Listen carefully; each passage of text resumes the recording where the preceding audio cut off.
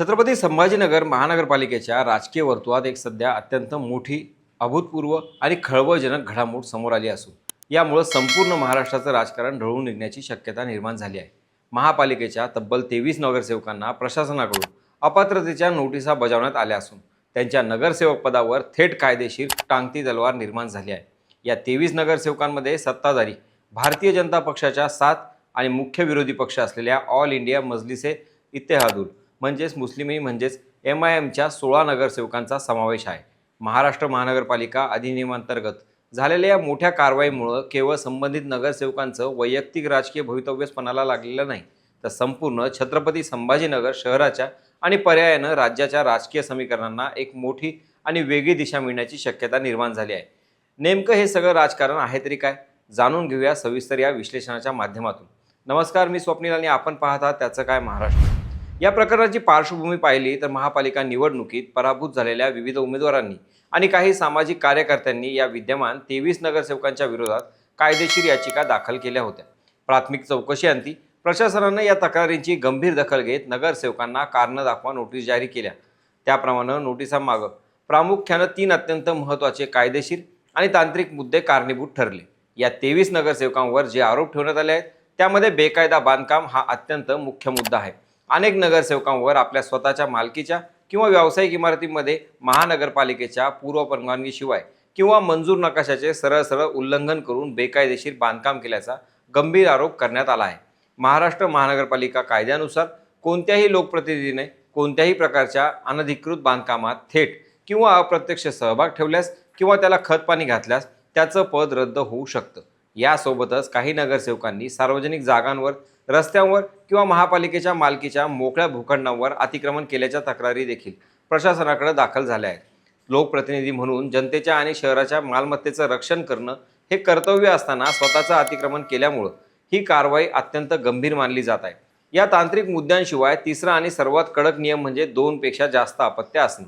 महाराष्ट्र शासनाच्या नियमानुसार स्थानिक स्वराज्य संस्थांच्या निवडणुकीसाठी उमेदवाराला 2 पेक्षा जास्त अपत्य असणं हा अपात्रतेचा निकष ठरतो.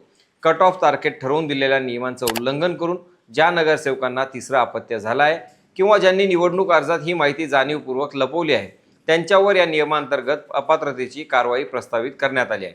तक्रारी प्राप्त झाल्यानंतर महानगरपालिकेच्या नगर सचिव, जन्ममृत्यू नोंदणी विभाग आणि अतिक्रमण निर्मूलन विभागाकडून संयुक्तपणे या सर्व प्रकरणांची प्राथमिक चौकशी करण्यात आली. या प्राथमिक अहवालात कायदेशीर तथ्य आढळल्यानंतरच या 23 नगरसेवकांना कायदेशीर नोटीस बजावण्यात आल्या असून आता ऑगस्ट आणि सप्टेंबर 2026 या 2 महिन्यात या प्रकरणावर अंतिम कायदेशीर सुनावणी पार पडणार आहे. प्रशासनानं सर्व संबंधित नगरसेवकांना त्यांची बाजू मांडण्यासाठी पुरेशी आणि योग्य संधी दिली असली तरी प्रशासनाचा इशारा अत्यंत कडक आहे. सुनावणी दरम्यान संबंधित नगरसेवकांनी आवश्यक कायदेशीर कागदपत्रांसह स्वतः किंवा वकिलामार्फत हजर राहणे बंधनकारक असून जर कोणी सुनावणीला गैरहजर राहिल्यास किंवा समाधानकारक उत्तर न दिल्यास प्रशासन कोणत्याही प्रकारची सवलत न देता उपलब्ध पुराव्यांच्या आधारे एकतर्फी निर्णय घेईल, असा कडक इशारा देण्यात आला आहे. या कारवाईमुळे भारतीय जनता पक्ष आणि MIM या दोन्ही प्रमुख राजकीय पक्षांच्या गोटात प्रचंड अस्वस्थता आणि चिंतेचं वातावरण पसरलं आहे. सत्ताधारी भाजपकडे असलेल्या एकूण संख्याबळापैकी 7 नगरसेवक एकाच वेळी अपात्रतेच्या कक्षेत आल्यामुळे पक्षाची सत्ता टिकवण्याची चिंता वाढली आहे. जर हे 7 नगरसेवक अपात्र ठरले तर महापालिकेतील सत्ता टिकवण्यासाठी भाजपला इतर मित्रपक्षांवर किंवा अपक्षांवर पूर्णपणे विसंबून राहावं लागेल. दुसरीकडे या संपूर्ण प्रकरणाचा सर्वात मोठा फटका MIM या पक्षाला बसण्याची शक्यता आहे, कारण त्यांचे 16 नगरसेवक या कारवाईच्या कचाट्यात सापडले आहेत.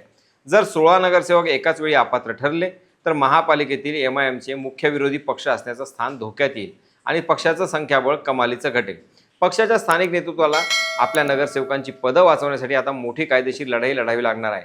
छत्रपती संभाजीनगर महापालिकेतील एकूण संख्याबळ आणि आगामी काळातील राजकीय घडामोडींवर या सुनावणीच्या निकालाचा थेट आणि दूरगामी परिणाम होईल. 23 जागांवर जर मोठे फेरबदल झाले किंवा या जागा रिक्त घोषित झाल्या तर महापालिकेचं एकूण संख्याबळ तात्पुरतं कमी होऊन बहुमताचा आकडा खाली येईल, ज्याचा फायदा किंवा तोटा हा तत्कालीन राजकीय आघाड्यांवर अवलंबून असेल.